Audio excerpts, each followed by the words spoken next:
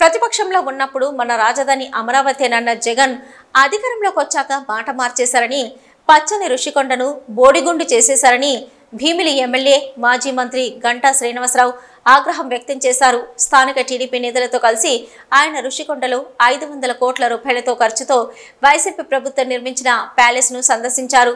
ఋషికొండలోని భవనాల్ని పరిశీలించిన అనంతరం ఆయన మీడియాతో మాట్లాడారు. విశాఖలో మాకు రాజధాని వద్దు అంటూ జనం జగన్ కు గట్టిగా బుద్ధి చెప్పారన్నారు.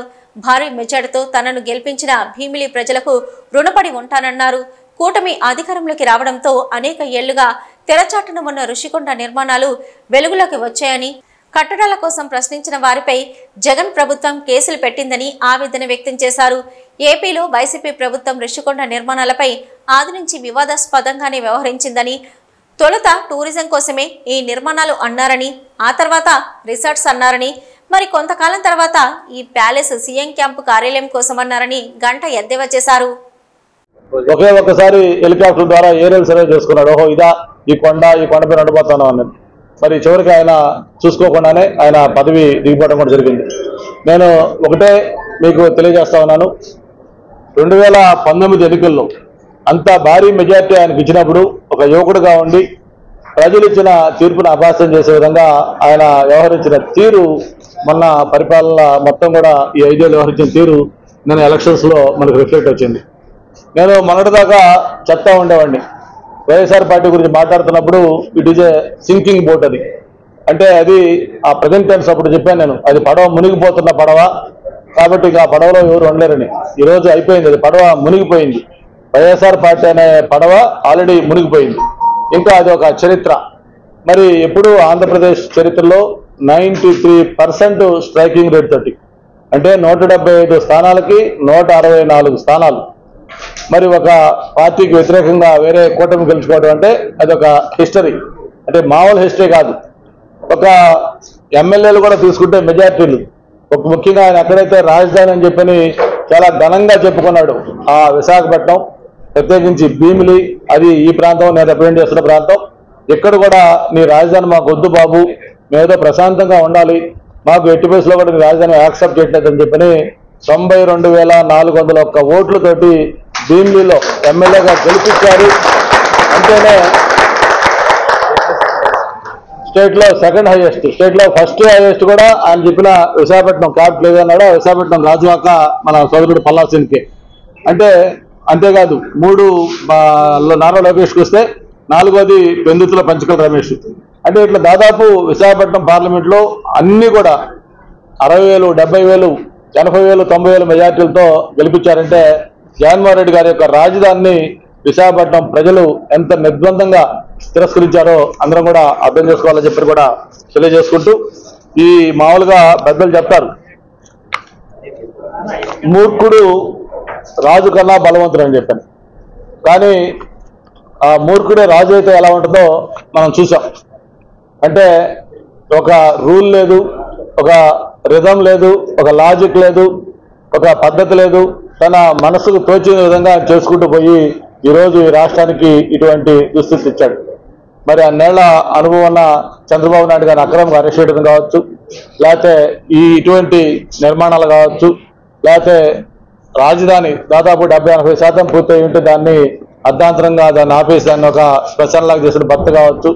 మరి ఆంధ్రుల జీవనాడి పోలవరం మేము 5 ఏళ్లలో 70% కంప్లీట్ చేసి ఆయనకి హ్యాండ్ ఓవర్ చేస్తే ఈ 5 ఏళ్లలో కనీసం 4-5% కూడా కంప్లీట్ చేయకుండా దాన్ని పక్కన పెట్టిన విధానం కావచ్చు. ఇట్లా ఎన్ని రకాల ప్రజా వ్యతిరేక కార్యక్రమాలు చేయాలో అవన్నీ కూడా చేసి ఇది మొత్తం ఆయన ప్రజల దీనికి ఏంటో ఆగ్రహానికి ఎంత గురయ్యాడు కూడా మనం చూస్తా ఉన్నాం.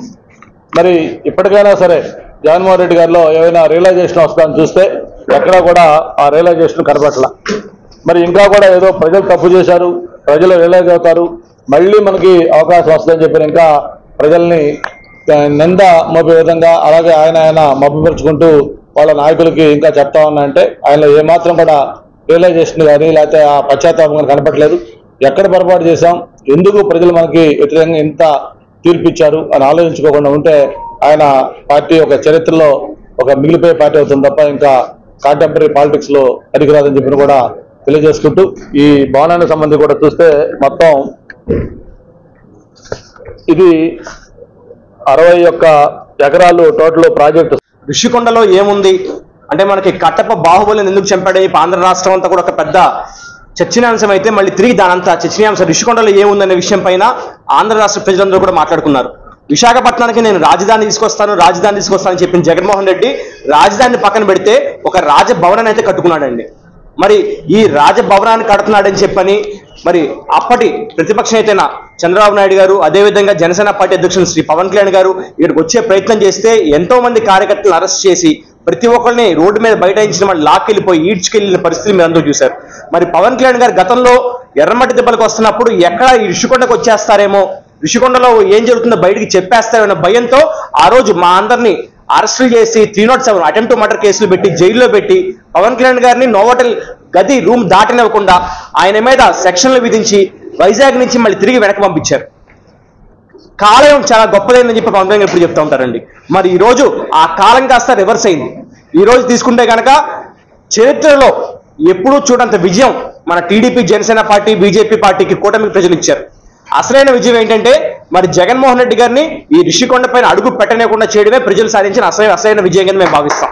మరి ఈరోజు పవన్ కళ్యాణ్ గారు డిప్యూటీ సీఎంగా ఉంటూ పర్యావరణ విభాగానికి, అదేవిధంగా అటవీ శాఖకి, పంచాయతీ రాజ్కి, ఈ శాఖలన్నిటికీ కూడా మినిస్ట్రీ తీసుకుంటూ మరి ఈ టూరిజం శాఖ ఏదైతే ఉందో ఇది కూడా జనసేన పార్టీకి సంబంధించిన కందులు దుర్గేష్ గారికి రావడం, ఇవన్నీ కూడా వీటి మీద ఋషికొండ వీటి పరిధిలో ఉంటాం. అదేవిధంగా ఈ రోజు మా భీమిలి ఎమ్మెల్యే గెలిచిన కూటమి నాయకుడైన శ్రీ గంటా శ్రీనివాస్ గారి నాయకత్వంలో ఈ రోజు మేము అందరూ లోపలికి రావడం అనేది మేము చాలా గర్వంగా భావిస్తున్నాం.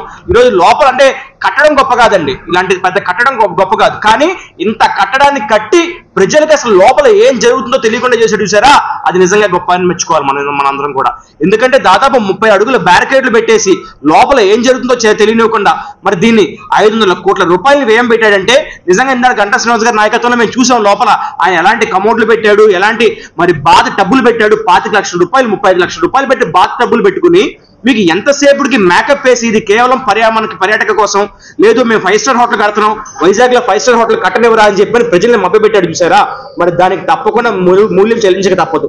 త్వరలోనే పెద్దలు గంటా శ్రీనివాస్ గారు చెప్పినట్టు మన రాష్ట్ర ముఖ్యమంత్రి అయిన శ్రీ నారా చంద్రబాబు నాయుడు గారు, అదేవిధంగా రాష్ట్ర ఉప ముఖ్యమంత్రి అయిన జనసేన పార్టీ అధ్యక్షుడైన శ్రీ పవన్ కళ్యాణ్ గారు, మరియు పర్యాటక శాఖ మంత్రి అయిన శ్రీ కందులు దుర్గేష్ గారు, పెద్దలు గంటా శ్రీనివాస్ గారి నాయకత్వంలో మేము అందరం మళ్ళీ తిరిగి ఇక్కడికి వస్తాము తప్పకుండా. ఎందుకంటే దీన్ని తిరిగి మళ్ళీ ప్రజలకి ఏ విధంగా ఉపయోగపడుతుందో కూడా అర్థం కాని విషయం. ఎందుకంటే పూర్తిగా ఆయన భవనాల కోసం, ఆయన బెడ్రూముల కోసం, దాదాపు ఇదే బెడ్రూమ్ కనుక మీకు పెద్ద 5 స్టార్ హోటల్ కేవలం జగన్మోహన్ రెడ్డి గారు ఈ ఋషికొండ పైన కట్టించుకున్న భవనంలో ఒక బాత్రూమ్ తీసుకుంటే కనుక 5 స్టార్ హోటల్లో 50,000 రూపాయలు ఉంటుందండి ఖర్చు.